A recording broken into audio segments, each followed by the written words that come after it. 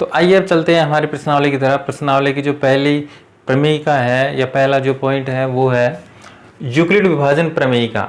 मतलब आपको एक प्रमेयिका दे रखी है कि दो धनात्मक पूर्णांक a और b दिए रहने पर ऐसी अद्वितीय पूर्ण संख्याएं q और r विद्यमान है कि a बराबर बी क्यू प्लस आर, जहाँ r बराबर 0, मतलब r का मान 0 से बड़ा है या बराबर है और लेस देन है b से। मतलब r का मान ग्रेटर देन इक्वल टू 0 और लेस देन b से। तो r यहाँ पर 0 से बड़ा है या 0 के बराबर भी हो सकता है, लेकिन b से हमेशा छोटा रहेगा। अब ये जो प्रमेयिका है ये आपने छोटी क्लासों में पहले पढ़ चुकी है, लेकिन आपको वहाँ पर अलग तरीके से आपने पढ़ी है, अभी हम यहाँ पर अलग तरीके से पढ़ेंगे। तो यहाँ पर हम देखते हैं, आपने छोटी क्लासों में भाग देना सीखा होगा। मान लो कोई संख्या है, इधर मैं 17 में भाग देता हूँ 2 का, तो 2 का भाग 17 में देने पर यहाँ पर आता है 2 का भाग 17 में जाता है 8 बार 16, और 17 में से यहाँ पर घटाते हैं हम शेषफल, तो शेषफल बनता है 1। तो ये जो भाग देने का तरीका है वो आपने छोटी क्लासों में सीखा है। अब हम यहाँ पर देखते हैं, यहाँ पर जो 2 है ये कहलाता है हमारा भाजक। जिस संख्या में हम भाग दे रहे हैं ये कहलाता है हमारा भाज्य, और यहाँ पर भागफल आ रहा है 8, मतलब जितनी बार भाग गया है वो होता है हमारा भागफल। इनके बाद में जो नीचे शेष बचता है ये कहलाता है शेषफल। ठीक है, तो ये आपने छोटी क्लासों में पहले पढ़ चुका है, इसी को हम यहाँ पर पढ़ेंगे। ये जो यूक्लिड विभाजन प्रमेयिका है इसी का एक रूप है। इनको हम यहाँ पर लिखते हैं, इधर भाज्य बराबर, देखो भाज्य 17 का मान अगर हमें लाना है तो इस भाजक को गुणा करते हैं भागफल से, तो भाजक इंटू भागफल। तो यहाँ पर आता है भाजक इंटू भागफल प्लस में जो शेष बचता है, यहाँ पर तो हमने इसको घटाया है, लेकिन जो शेषफल है वो यहाँ पर जोड़ देते हैं, मतलब प्लस में कर देते हैं शेषफल। ठीक है, तो ये आप छोटी क्लासों में पढ़ चुके हैं। तो ये जो हमने लिखा है ये यही है, a बराबर बी क्यू प्लस आर। तो यहाँ पर जो a है ये तो है हमारा भाज्य, तो a बराबर भाजक यानी b, जिस संख्या का हम भाग दे रहे हैं ये कहलाता है हमारा भाजक। तो भाजक का मान है b इंटू भागफल है, कितनी बार भाग गया वो हो जाएगा हमारा भागफल। तो यहाँ पर होता है इंटू में q प्लस शेष जो भी बचता है, यानी रिमाइंडर जो भी बचता है वो होता है हमारा शेषफल। तो यहाँ पर r होता है शेषफल।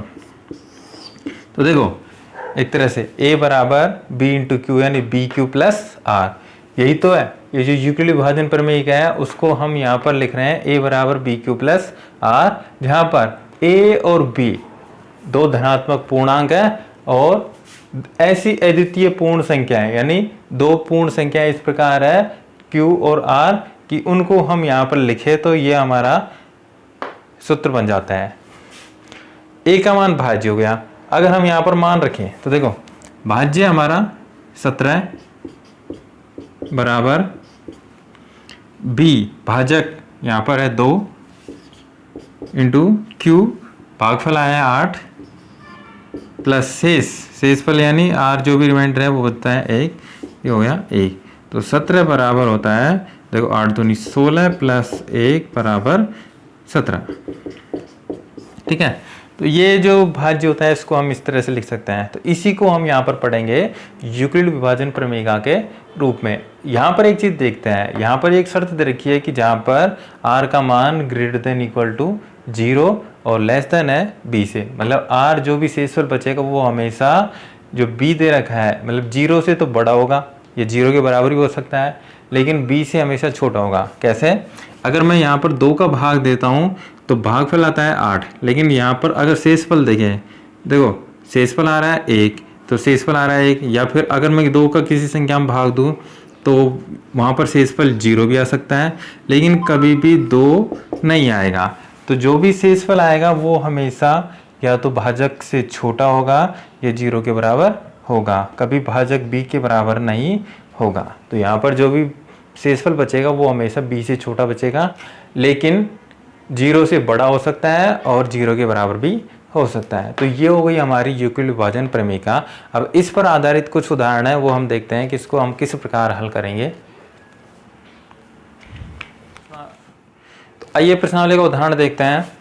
यहाँ पर उदाहरण दे रखा है, दर्शाइए कि प्रत्येक धनात्मक समपूर्णांक, आपको धनात्मक संख्या लेनी है और सम होना चाहिए, समपूर्णांक होने चाहिए 2q के रूप का होता है, मतलब 2q के रूप का होता है। तो हमें क्या करना है, जो धनात्मक संख्या दे रखी है और सम संख्या उसको हमें दर्शाना है 2q के रूप में, तथा प्रत्येक धनात्मक विषम पूर्णांक जो विषम संख्या होती है वो 2q + 1 के रूप की होती है, जहां q कोई पूर्णांक। तो हमें यहाँ पर धनात्मक समपूर्णांक को 2q के रूप में और धनात्मक विषम पूर्णांक को 2q + 1 के रूप में दर्शाना है। अब इनको दर्शाने से पहले अगर हम देखें तो यहाँ पर सम संख्या और विषम संख्या के बारे में हम जानते हैं। तो सम संख्या की परिभाषा होती है कि वे संख्याएं जो 2 से पूरी तरह विभाजित होती है, या फिर उनके हम गुणनखंड करें तो उनके गुणनखंड में 2 आता है। जैसे मान लो यहाँ पर अगर 4 है तो 4 के गुणनखंड हो जाएंगे 2 × 2, तो 2 का भाग यहाँ पर जा रहा है पूरा पूरा 4 में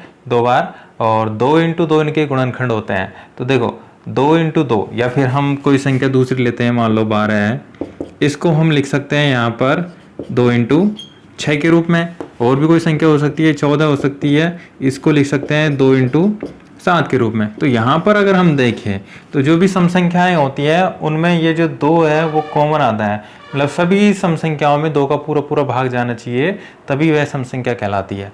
यहाँ पर पीछे इनके गुणांक में कुछ भी हो सकता है। तो ये जो समपूर्णांक है 2q, तो इसको हमें इसके रूप में मानना है। तो 2 तो यहाँ पर जो 2 है इसका है, और जो q है इसका मान कुछ भी हो सकता है। यहाँ पर प्रश्न में दे रखा है कि q कोई पूर्णांक है, तो q का मान हम कुछ भी ले सकते हैं। तो ये तो हो गई सम संख्या। अगर हम बात करें विषम संख्या की, तो विषम संख्या क्या होती है, अगर इस सम संख्या में हम 1 जोड़ दें, मान लो 4 में 1 जोड़ दे तो ये हो जाएगा 5। तो यहाँ पर विषम संख्या आती है 5। अब ये विषम संख्या किस प्रकार प्राप्त हुई है, 4 में 1 जोड़ने पर हमें विषम संख्या प्राप्त हुई है, और 4 को हमने लिखा था यहाँ पर 2 × 2 के रूप में। तो इधर देखें तो 4 तो ये रहा 2 × 2, तो 4 को हम यहाँ पर लिख सकते हैं 2q के रूप में। देखो q का मान इन सम संख्याओं में से कुछ भी हो सकता है, यहाँ पर q का मान एक पूर्णांक है, और प्लस में क्या होता है यहाँ पर 1, तो यहाँ पर भी क्या आएगा 1। तो जो भी विषम संख्या होगी वो किस रूप की होगी, 2q + 1 के रूप की होगी। तो ये हमें दर्शाना है कि विषम धनात्मक पूर्णांक है वो 2q + 1 के रूप का होता है। तो ये होगी विषम संख्या और सम संख्या। अब चलते हैं हमारी प्रमेयिका की तरफ। प्रमेयिका की सहायता से हम इनको दर्शाते हैं किस प्रकार इन्हें 2q व 2q + 1 के रूप में दर्शा सकते हैं।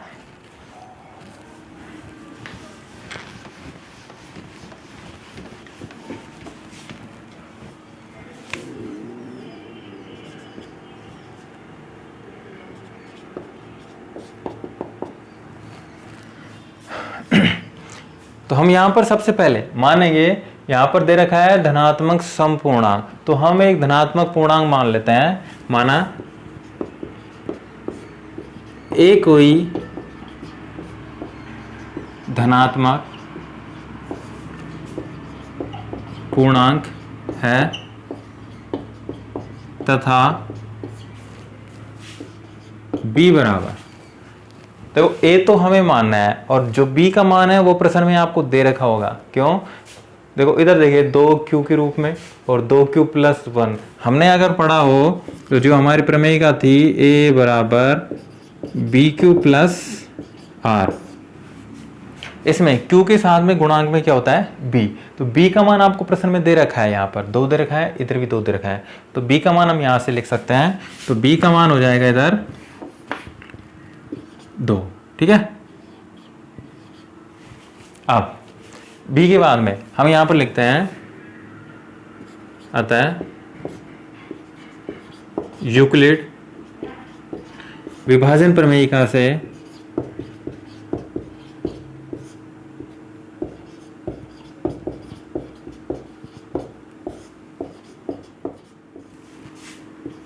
a बराबर होता है bq + r। तो एक शर्त होती है यहाँ पर, जहाँ r is greater than equal to 0 और लेस देन b, मतलब r का मान 0 हो सकता है, 0 के बराबर या 0 से बड़ा होगा, लेकिन हमेशा b से छोटा होगा। तो b अगर यहाँ पर देखें तो है यहाँ पर 2, तो आपको b का मान यानी r का मान b में से देख कर लेना है। तो r का मान यहाँ पे हो जाएगा, अतः r बराबर देखो 0 हो सकता है या फिर इससे बड़ा हो जाएगा 1 हो सकता है। अब b का मान तो 2 है, तो 2 से छोटा होना चाहिए, 2 के बराबर कभी नहीं होगा। तो r के 2 मान होंगे यहाँ पर, एक तो 0 और एक 1। तो ये हुए हमारे 2 r के मान। अभी इन दोनों r के मानों से हम यहाँ पर 2 कंडीशन बनाएंगे, 2 स्थितियाँ बनाएंगे और फिर इनको दर्शाएंगे। तो यहाँ पर बनते हैं बनाते हैं पहली स्थिति फर्स्ट। देखो a बराबर दे रखा है इधर BQ प्लस R, तो b का मान तो ये रहा हमारा 2। q का मान देखो यहाँ पर नहीं दे रखा, तो q को ऐसे कैसे लिखना है, प्लस r का मान पहली स्थिति के अनुसार लिखना है यहाँ पर 0, स्थिति फर्स्ट के अनुसार हो जाएगा। यहाँ पर अगर लिखना चाहो तो यहाँ पर लिख सकते हैं जब r बराबर 0, तो पहली स्थिति के अनुसार ये हो गया हमारा a बराबर, तो a बराबर हो जाएगा 2q। दूसरी स्थिति लेते हैं यहाँ पर, तो सेकंड स्थिति, यह स्थिति सेकंड ये हो जाएगी जब r बराबर 1, ठीक है। तो जब r बराबर 1 हो तो a का क्या मान आएगा, यहाँ पर लिखते हैं हम यहाँ पर a बराबर b का मान ये रहा 2q प्लस r की जगह पर रखना है 1, तो ये हो गया 1, ठीक है। तो ये हो गया हमारा। अब एक तो स्थिति एक फर्स्ट के अनुसार a का मान आ गया 2q और स्थिति सेकंड के अनुसार आ गया a बराबर 2q प्लस 1। इससे पहले अभी मैंने आपको बताया था यदि कोई सम संख्या है तो वो किसके रूप की होती है, 2q के रूप की होती है। क्यों? क्योंकि किसी भी सम संख्या में 2 का पूरा पूरा भाग जाता है या उसका 1 के गुणनखंड आता है 2। तो यहाँ पर 2q अगर एक सम संख्या है तो उसमें 1 जोड़ने पर जो भी संख्या आएगी वो आ जाएगी हमारी विषम संख्या। तो ये अगर सम संख्या है तो a बराबर 2q प्लस 1 अपने आप ही एक विषम संख्या हो जाएगी। तो हम यहाँ पर लिख सकते हैं अतः 2q एक सम संख्या है, तो a बराबर 2q प्लस 1 एक विषम संख्या को प्रदर्शित करेगी।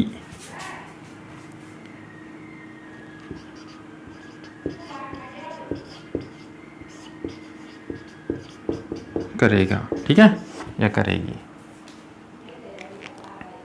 तो ये है हमारा पहला उदाहरण। इस उदाहरण को देख के हम प्रश्नावली के अन्य जो उदाहरण या प्रश्नावली के जो प्रश्न दे रखे हैं उनको हल करेंगे। इसी प्रकार उन्हें भी हमें हल करना है। बस यहाँ पे आपको ध्यान ये रखना है b का मान आपको प्रश्न में दे रखा होगा और r का मान आपको b को देख कर निकालना है। यहाँ पर r का जो भी मान आएगा वो हमेशा b से छोटा होगा, 0 के बराबर होगा या 0 से बड़ा होगा। मतलब b और 0 के बीच के जितने भी मान आते हैं वो हो जाएंगे हमारे r के मान। उनके अनुसार यहाँ पर स्थितियाँ याद होंगी। 2 मान है तो 2 स्थितियाँ बनेगी। तो पहली स्थिति और सेकंड स्थिति हो गई। इनके अनुसार a का मान याद कर लिया हमने। अब हमें पता है कि कोई भी सम संख्या होती है और 2q के रूप में होती है, तो ये अगर एक सम संख्या है तो इसमें 1 जोड़ने पर यानी 2q प्लस 1 एक विषम संख्या हो जाएगी या इसको प्रदर्शित करेगी, ठीक है। तो ये हो गया हमारा पहला उदाहरण। अब देखते हैं हमारी अगली जो यूक्लिड विभाजन प्रमेय का है, इस पे आधारित एक प्रयोग है, अनुप्रयोग है यूक्लिड विभाजन एल्गोरिदम। उसको हल करेंगे कि किस प्रकार से हम उसको हल करेंगे। तो आइए अब चलते हैं यूक्लिड विभाजन एल्गोरिदम की तरफ। तो यूक्लिड विभाजन एल्गोरिदम क्या है, हमने जो यूक्लिड विभाजन प्रमेय का पढ़ी है उसी पर आधारित ये एल्गोरिदम है। एल्गोरिदम का मतलब होता है कि हम कुछ स्टेप बार बार दोहराते जाएं, यानी कलन विधि जिसे हम कहते हैं। यानी जैसे आपने चाय बनाई है तो चाय बनाने के लिए आपको पता है कि जैसे पानी डालते हैं पहले, फिर उसमें चाय पत्ती डालते हैं, फिर दूध डालते हैं, चीनी डालते हैं, तो उसका एक स्टेप होता है। फिक्स स्टेप होता है, ये हम करते हैं। जब आपको दोबारा से चाय बनानी होगी तो भी हम वही स्टेप करेंगे। या जैसे आपको मैगी बनानी है तो मैगी बनाने का भी यही तरीका होता है कि आपको पहले पानी गर्म करना है, फिर उसमें मैगी डालनी है, फिर जो भी मसाले वगैरह डालना है। तो जब दोबारा आप मैगी बनाओगे तो भी वही दोबारा वही आपको प्रोसेस जो भी है वो फॉलो करनी पड़ेगी। तो यहाँ पर आपको यूक्लिड विभाजन एल्गोरिथम में यूक्लिड विभाजन जो प्रमेय का है a बराबर बी क्यू प्लस आर, उसका हमें बार बार रिवीजन करना है, यानी बार बार जो स्टेप दे रखी है उसे फॉलो करना है। या यहाँ पर अगर देखें तो यूक्लिड विभाजन प्रमेयिका का क्या उपयोग है। यूक्लिड विभाजन प्रमेयिका दो धनात्मक पूर्णांकों का एचसीएफ ज्ञात करने की एक तकनीक है। मतलब हमें यदि दो संख्याएं दे रखी है और उन दो संख्याओं का एचसीएफ ज्ञात करना है, मैसेप ज्ञात करना है, महत्तम समापर्त ज्ञात करना है। एचसीएफ का मतलब होता है हाईएस्ट कॉमन फैक्टर, यानी सबसे बड़ा आपको कॉमन फैक्टर ज्ञात करना है। उसकी एक विधि है, इसकी सहायता से हम मैसेप ज्ञात कर सकते हैं। मान लो कोई दो संख्याएं दे रखी है, एक दे रखा है 25 और एक संख्या दे रखी है, मान लो ये दे रखी है 625, ठीक है। इन दोनों संख्याओं का हमें क्या ज्ञात करना है, मैसेप ज्ञात करना है, यानी महत्तम समापर्त ज्ञात करना है, ठीक है। एचसीएफ ज्ञात करेंगे। तो इन दोनों संख्याओं का एचसीएफ ज्ञात करने के लिए हम काम में ले रहे हैं यूक्लिड विभाजन एल्गोरिथम। तो यहाँ पर देखें 25 और 625 दो संख्याएं हैं, इनमें बड़ी संख्या तो है 625 और छोटी संख्या है 25। तो बड़ी संख्या को तो हमें मानना है हमारा भाज्य, और जो 25 है इसको मानना है हमारा भाजक, यानी इसका हमें भाग देना है। तो चलो भाग देते हैं। भाग देंगे अगर हम 625 में, तो इधर जाएगा 25 का भाग 2 बार 50, शेषफल बचेगा यहाँ पर 12, और फिर दोबारा भाग देंगे तो 25 का भाग जाएगा, ठीक है। यहाँ पर आ गया शेषफल 0। अब यहाँ पर जब हम किसी संख्या में भाग देते हैं तो अगर शेषफल 0 प्राप्त हो जाता है तो लास्ट में हमने जिस संख्या का भाग दिया था वही संख्या हमारी एचसीएफ यानी मैसेप ज्ञात या मैसेप हो जाता है। तो यहाँ पर अगर देखिए तो शेषफल आ गया 0, तो जो 25 है ये हो जाएगा हमारा एचसीएफ यानी महत्तम समापर्त, तो ये हो जाएगा हमारा आंसर। अब इसको लिखना कैसे है, इसके लिए हम यहाँ पर लिखेंगे यूक्लिड विभाजन प्रमेयिका से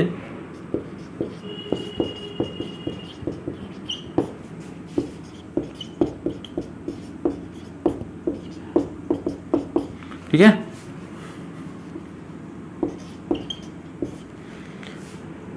ए बराबर होता है बी क्यू प्लस आर। तो ए बराबर बी क्यू प्लस आर, ए का मान है यहाँ पर 625 बराबर बी भाजक, यानी हमने किसका भाग दिया है 25 का, और भागफल है क्यू का मान यहाँ पर 25 प्लस आर यानी शेषफल का मान है 0। तो अगर शेषफल का मान 0 प्राप्त हो जाता है तो जो हमारा लास्ट का भाजक होता है वही होता है हमारा एचसीएफ, ठीक है।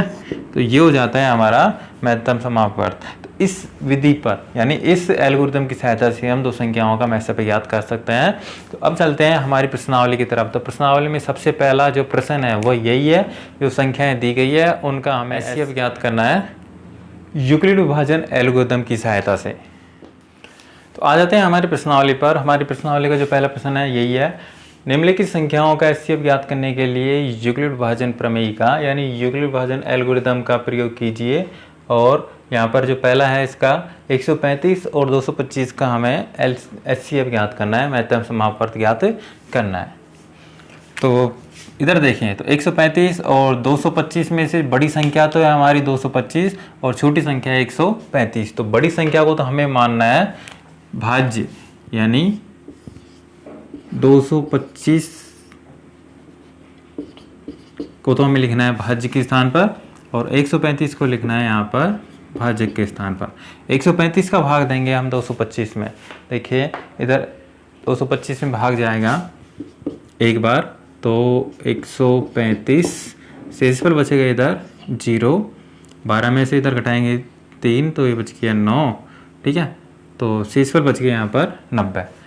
अब हमें ज्ञात क्या करना है कि यहाँ पर शेषफल आना चाहिए 0। अभी शेषफल 0 नहीं आया है, तो अगर शेषफल 0 नहीं आया है तो हम दोबारा से यही स्टेप वापस फॉलो करेंगे, यानी भाग देने की जो प्रक्रिया है उससे हम फॉलो करेंगे वापस से। तो यहाँ पर एल्गोरिदम का मतलब यही होता है कि आपको भाग देने की जो प्रक्रिया है वो बार बार रिपीट करनी है। तो अब 90 का भाग देंगे 135 में, ठीक है। जब तक हमें शेषफल 0 प्राप्त नहीं हो जाता हमें भाग देते रहना है। तो 90 का भाग देंगे, इधर जाएगा एक बार 90, ठीक है। अब शेषफल घटाएं, देखो 5 में से इधर बच गया 5 और 4, तो बच गया अभी 45 शेषफल। तो अभी भी जो शेषफल है वो 0 नहीं आया है, तो हम वापस से 90 में इस 45 का भाग देंगे। तो अब 45 का भाग देना है 90 में, तो 45 का भाग 90 में जाएगा 2 बार, ठीक है। 45 दूनी 90, तो अब आ गया हमारा शेषफल 0। हमें शेषफल 0 प्राप्त करना था, तो ये आ गया हमारा शेषफल 0। तो जब भी शेषफल 0 आ जाए, हमारा जो अंतिम भाजक होगा ये हो जाएगा हमारा HCF, ठीक है। अब यहाँ पर लिखना कैसे है ये देखो। यूक्लिड विभाजन प्रमेयिका से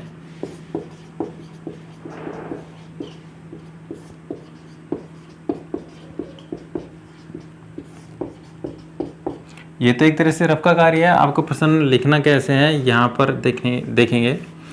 यहाँ पर जो संख्याएं दे रखी हैं उनको लिखना है यहाँ पर a बराबर BQ प्लस R के रूप में, ठीक है। तो सबसे पहली स्टेप जो हमने पहला भाग दिया है वो है हमारा यहाँ पर जो पहली स्टेप हो जाएगी 225 में हमने भाग दिया है, भाजक है हमारा 135, तो b का मान है 135 इंटू q, यानी भागफल कितना है 1 प्लस शेषफल बच रहा है इधर 90।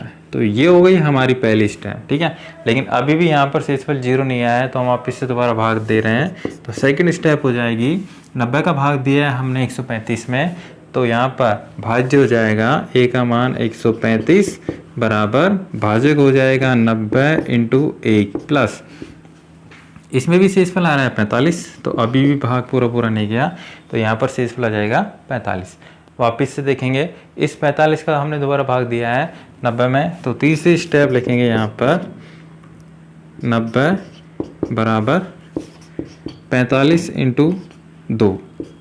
देखें इधर, तो 45 का 2 पर भाग देने पर इधर बच गया शेषफल 0, तो शेषफल आ रहा है 0, तो यहाँ पर शेषफल आ गया 0। तो अभी बताया था कि जो अंतिम भाजक होता है हमारा वही हमारा महत्तम समापवर्त होता है, यानी HCF होता है। सबसे बड़ा जो कॉमन फैक्टर है वो यही होता है। तो यहाँ पर हम लिख सकते हैं इसकी जगह पर अतः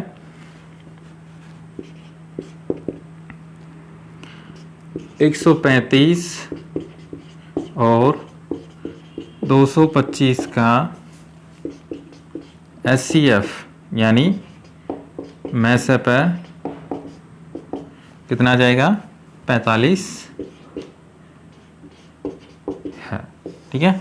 इस तरह से हम यूक्लिड विभाजन प्रमेयिका या यूक्लिड विभाजन एल्गोरिथम की सहायता से दो संख्याओं का मैसअप ज्ञात कर सकते हैं। तो चलते हैं हम अगले प्रश्न की तरफ। इसका जो अगला प्रश्न है, तो अब देखते हैं इसका अगला प्रश्न। दूसरा प्रश्न है इसका पहले प्रश्न का 196 और 38,220 का हमें HCF ज्ञात करना है। इधर देखें तो हमारी बड़ी संख्या तो है 38,220 और छोटी संख्या 196, तो हमें भाग देना है यहाँ पर 38,220 में 196 का, ठीक है। वैसे देखने में ये संख्या बड़ी लग रही है, लेकिन अगर इसको हल करेंगे तो ये आसानी से सरल हो जाएगी। यहाँ पर भाग देंगे 196 का, देखो तीन अंकों की संख्या है, 382 में भाग देंगे तो इधर भाग जाएगा एक बार, इधर आ जाएगा 196, इधर घटाएंगे शेषफल आ जाएगा 12 में 6, इधर बच गया 7, ये हो जाएगा 8 और 1। अगली संख्या उतार लेंगे, यहाँ पर आ जाएगा 2, ठीक है। तो ये हो गया 1862। इसमें अब भाग देना है 196 का, तो भाग देंगे इधर, देखो इधर भाग जाएगा नीचे 9 बार भाग देकर देखते हैं। तो 9 बार भाग देंगे तो यहाँ पर देखो 9 6 हो जाएगा 54, 5 81 और 5 86, 8 9 और 8 17, ठीक है। तो तो ये भाग आ गया, दे दिया हमने 9 बार 1764। ठीक है, अब शेषफल ज्ञात करेंगे। इधर घटाएंगे, 12 में से इधर 4 गए तो यहाँ बच गया 8, 5 ये हो गया 15, बच गया 9, 0। अगली संख्या उतार लेंगे 0। अब 980 में भाग देना है 196 का, तो 19 5 95, तो ये हो जाएगा 5 बार भाग देंगे। तो देखो 5 5 का 30, 3 और 5 9 45, 3 48 और 5 का 5 9 4 4 9। ठीक है, शेषफल आ गया 0। तो यहाँ पर शेषफल आ गया 0। देखो एक बार भाग देने पर ही शेषफल 0 आ गया। तो जो हमने भाग दिया यहाँ पर वही हो जाएगा हमारा एचसीएफ। ये जो संख्या है ये हो जाएगा हमारा एचसीएफ। ठीक है, अब इसको लिखेंगे यहाँ पर यूक्लिड विभाजन प्रमेयिका की सहायता से हमने किस प्रकार हल किया है इसको। तो पहली स्टेप हो जाएगी यहाँ पर यूक्लिड विभाजन प्रमेयिका से ये होता है a बराबर बी क्यू प्लस आर। ए का मान यहाँ पर है 38,220 बराबर बी का मान है 196।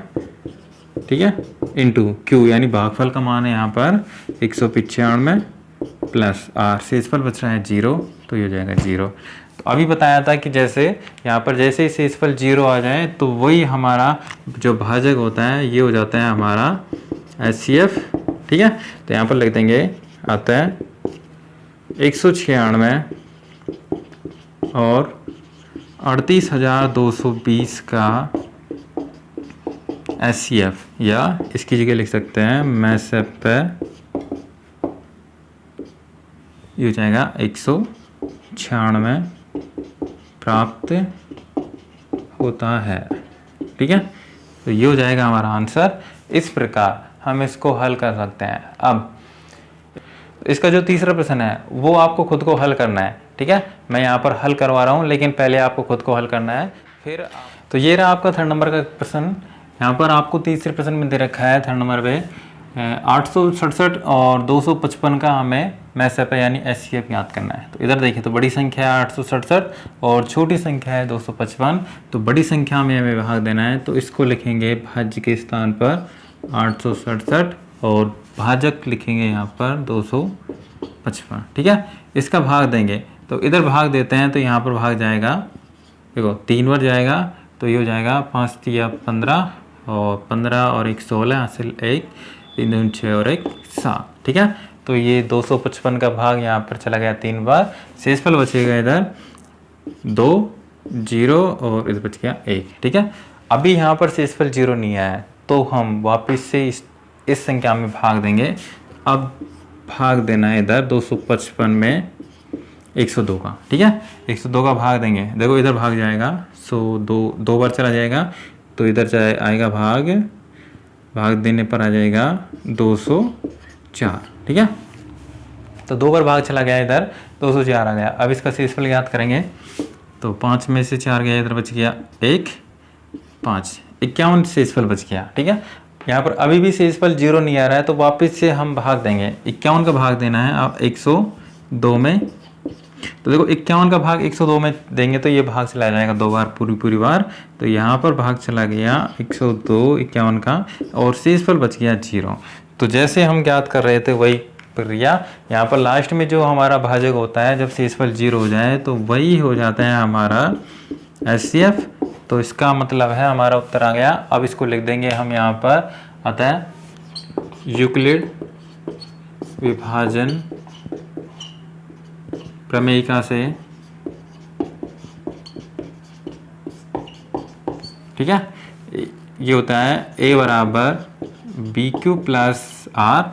यहाँ पर a का मान देखो हमने जब सबसे पहले भाग दिया है यहाँ पर 867 में, तो a का मान तो वह 867, भाजक हो जाएगा b का मान 255 इंटू भागफल है 3 प्लस शेषफल है 102। तो ये है हमारी पहली स्टेप। यहाँ पर हमें शेषफल 0 प्राप्त नहीं हुआ तो हमने वापस दोबारा से भाग दिया।